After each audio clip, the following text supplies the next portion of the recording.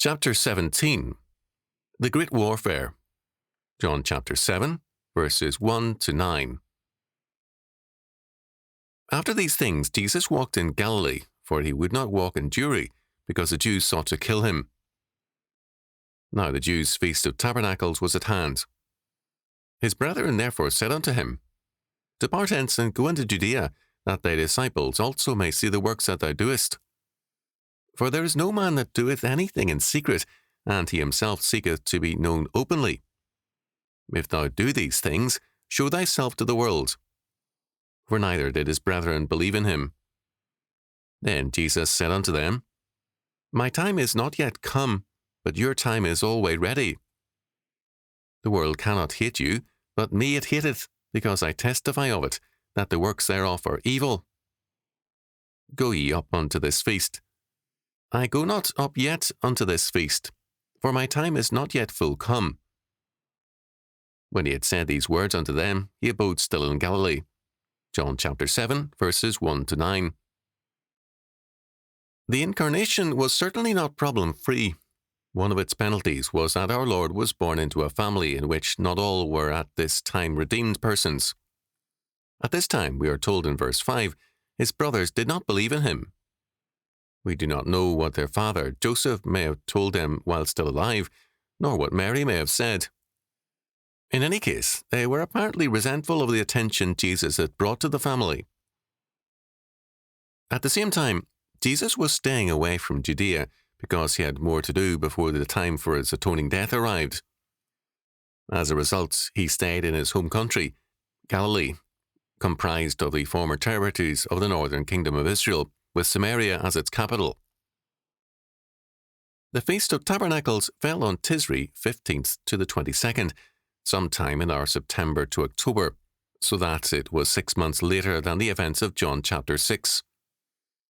This feast lasted a week, but an 8th day was often added in emulation of Leviticus chapter 23, verse 36. The Feast of Tabernacles followed the yearly Day of Atonement. It is called also the Feast of Booths, Sukkoth, and the Feast of Ingathering. The booths were slight structures of branches to give shade. The booths were a reminder of their wilderness life during the Exodus. Sacrifices were prescribed for the festival. Certain psalms were sung, and the festival was limited to the covenant people. Our Lord's brothers were right in holding that this feast was an appropriate occasion for him to reveal himself as whatever he said he was, but they apparently knew also that the leaders of the people wanted Jesus dead. The brothers of our Lord refused to believe in man's depravity.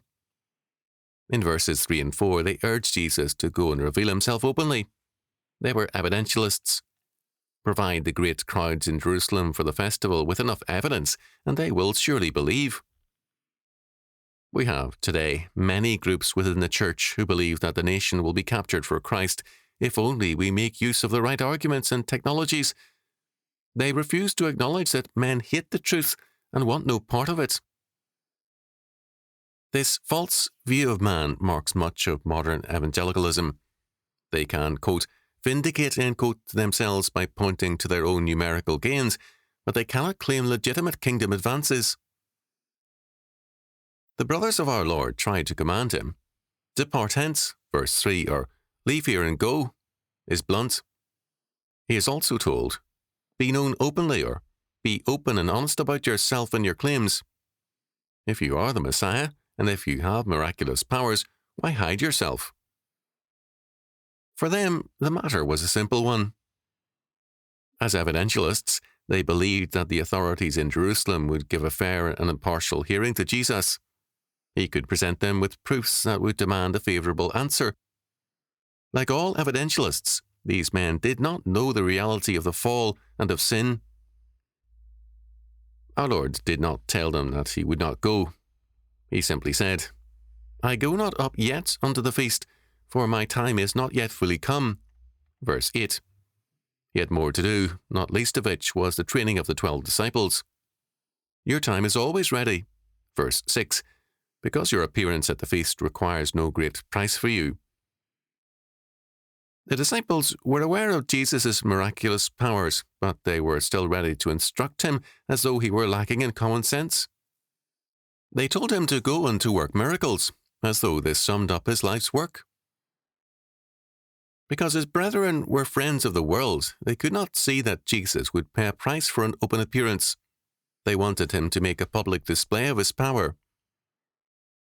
This is why our Lord says, "The world cannot hate you." Verse 7. You are a part of it, and my failure to be a part of it is not due simply to poor public relations, but also to a radical difference of a moral and religious nature. The world hates me because I call attention to its evil nature and works, he tells them. Verse 7. The fundamental difference among men is moral and religious, and it is precisely this difference that mankind once ignored. They resent anyone or anything which calls attention to the moral question.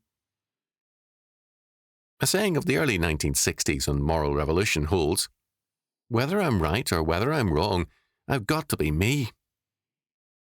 Our Lord could therefore say to his brothers, "Your time is always ready." Verse 6.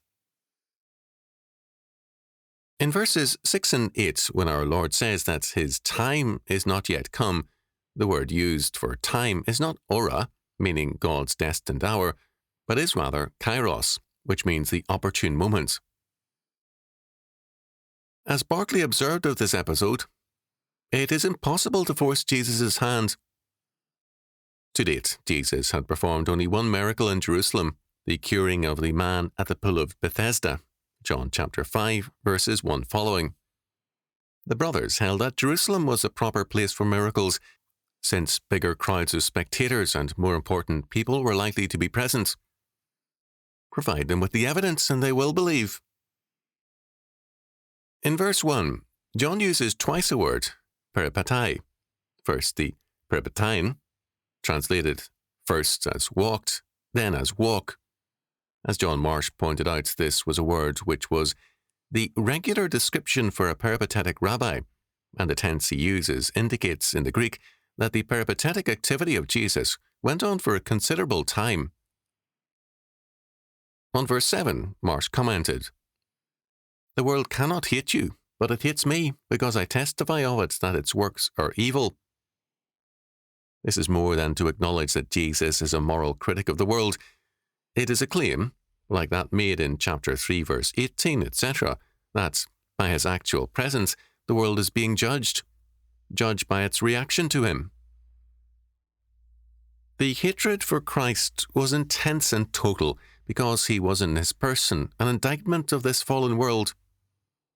It should not therefore surprise us that some of this hatred is manifested against all who try to be faithful to him. The war of the ages is this fallen world against Christ and his new human race.